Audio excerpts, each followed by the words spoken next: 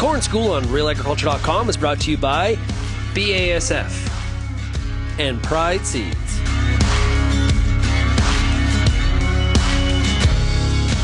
For Real Agriculture, I'm Kelvin Hepner, and on this episode of the Corn School, we're talking about the impact of wildfire smoke on corn, and we're pleased to be joined by Dr. Dan Quinn, Extension Corn Specialist from Purdue University. He made the trip up to Winnipeg for CropConnect, and Dan, of course, I think a lot of growers have anecdotal thoughts on the impact that smoke and that wildfire could have on, or the haze in the air could have on our crops, including corn. What have you found from a scientific perspective looking at this potential impact? Well, I think it's the first thing we found out is very complex, right? And what we found is that wildfire smoke can have negative impacts, and the negative impacts is that it can reflect sunlight, it can reduce solar radiation, photosynthetic active radiation, and that can potentially translate to lower photosynthesis rates in the crop, and that could be detrimental to the crops.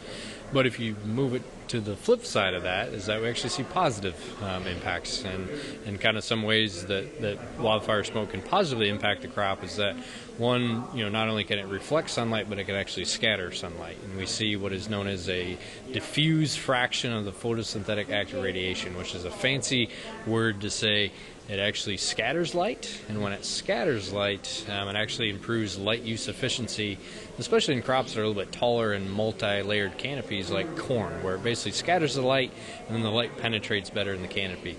There's actually been some work out of California where they look at wildfire smoke and its impacts on forests, and they found that some of the forests actually have higher photosynthetic rates after wildfire smoke, and they kind of attribute it to kind of the improved photosynthetic efficiency and light use efficiency.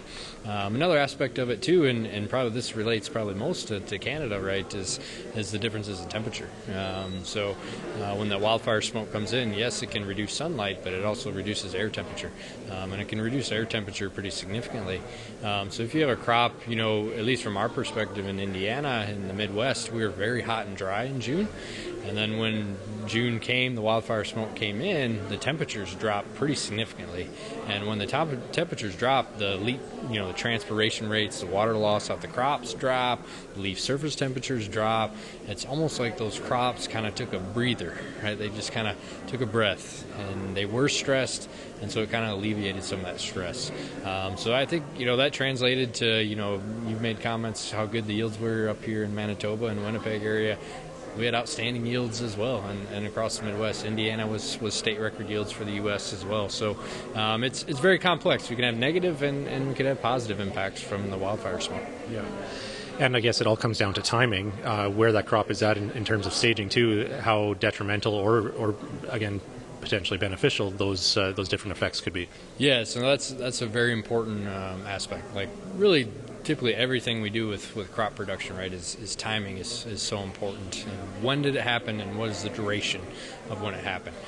So you look at a lot of the crops, a lot of that wildfire smoke occurred in June, at least from our perspective in the Midwest. A lot of those crops were in vegetative stages, right? And when they're in vegetative stages, they can tolerate stress a little bit better than, say, if they were in reproductive stages. So if we were in mid-July in the Midwest in the U.S. and, or late July when we're getting into pollination and reproductive phases of these crops, it could have been a different story, where actually that wildfire smoke may have reduced photosynthesis and caused harm to the overall yield of the crops. But because it came in a little bit earlier, because it came in at a point in time where the crops were fairly stressed in terms of drought and heat stress, it kind of alleviated some of that a little bit, and then maybe eased some of those crops, and that may have actually translated into actually helping us this past year. Yeah. Is there a certain point in the cycle, do you think it would be more detrimental to the crop if it happened during that reproductive silking to grain fill, kind of in that range? Yeah, I think, one of the challenges with wildfire smoke is that, there's not really a good way to study it, right? I haven't found a way to, stoke fires out of our research farm to study it, so we kind of have to use, different types of studies, often shade-type studies, to kind of give us an idea. Obviously it's probably not going to be as close as what we'd like to. But you look at the shading studies that look at, just reductions in sunlight and solar radiation and how it impacts the crop, is that they often see pretty minimal or almost no yield losses when it occurs earlier in the season, vegetative growth, when you get into silking and then into early grain fill, that's when the yield losses start to ramp up. So that's probably an indication, if it did occur during that pollination. Because corn is so sensitive, we see issues even when we have consecutive cloudy days during pollination can potentially negatively impact that crop. So the fact that we kind of avoided the wildfire smoke during that period of time was a good sign, and the fact that it came in earlier, I think we actually kind of missed some of the potential negative impacts from it. What about some of the other potential variables? CO2 people have talked about, particulate matter or ash in the air. Are those potentially impacting how the corn plant performs? I think it can have some, some potential impacts, right? We talk about, corn is a C4 crop, and then you look at like soybeans or even canola, right? They're C3 crops. Those crops tend to be a little bit more sensitive to changes in CO2, right? So if we had differences in CO2, that's something we didn't really measure. That's something if this obviously happens again, to pay attention a little bit more to the CO2. But if we had changes in CO2, right, I would expect it to probably impact more crops like a canola or a soybean crop that's a C3 crop rather than corn. Now, doesn't mean that crop still wouldn't be impacted. The corn, being a C4 crop, is a little bit more sensitive to changes in light, right? It has as what we often refer to as a higher light saturation point, which just means there's a point in time where it's basically utilizing enough light and it's no longer photosynthesizing, and that's much higher than say a soybean or a canola crop. So that means if we have a reduction in light, corn tends to be a little bit more sensitive to the changes in light, less sensitive to CO2 than something like a soybean or a canola crop. In terms of some of the particulate matter, right, one of the potential negative impacts are like ground level ozone. So some of the chemicals, right, that are in there, they can actually enter the plants through the stomata, and it can actually be pretty detrimental not only to humans, right, but also to crops, where we see some of these pollutants or chemicals can actually enter that crop and actually oxidize some of that tissue. So in really severe cases, I don't really have any indication this occurred, right, with the wildfire smokes we've had, but in real severe cases of ground level ozone, it actually can almost burn that plant tissue. So there's always the risks of that. But a lot of our focus has really been both on the air temperature and the light differences from the wildfire smoke. From a grower's perspective, Dan, in terms of management and how we can, what we can do about this, obviously we can't control whether it's a smoky year or not, or when that haze is in the air. But are there certain, things that we do have control over, decisions such as hybrid selection, row spacing, or plant density? Are those potentially are those potential variables in how the interaction between wildfire smoke and corn works? What that relationship is? Potentially, right? And that's the challenge.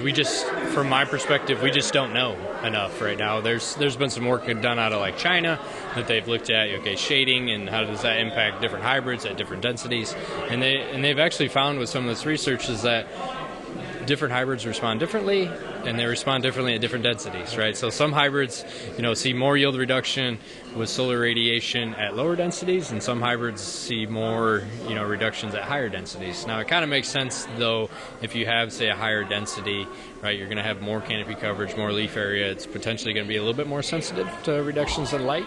But it's very interactive between the hybrid and the densities. And then also it's hardly been done in terms of the research. So there's just, if this is something that, we have pretty good indications that this is something that's probably going to keep occurring in the future, and it's going to become more and more prevalent. That's just an indication from our perspective that maybe we need to start paying attention to some of these research a little bit closer in terms of the management, right? And do we need to plant at different times? Do we need to have different hybrids or different densities, right? It's just something that we haven't really, touched on very much previously. Okay. And like you said at the beginning, it's complex. There's a lot of different variables at play here. Yes, that's the challenge of wildfire smoke, right? It's very complex, and that the fact that there's positive and negative impacts. But I think it really comes down to, what state the crop is in at the point in time it comes, and then what time period, and then also the duration of the wildfire smoke did it occur. So there's a lot more we still have to understand about it. Well, thanks for your time and insight and breaking it down into these specific factors. Thank you, Dan. Yeah, thank you.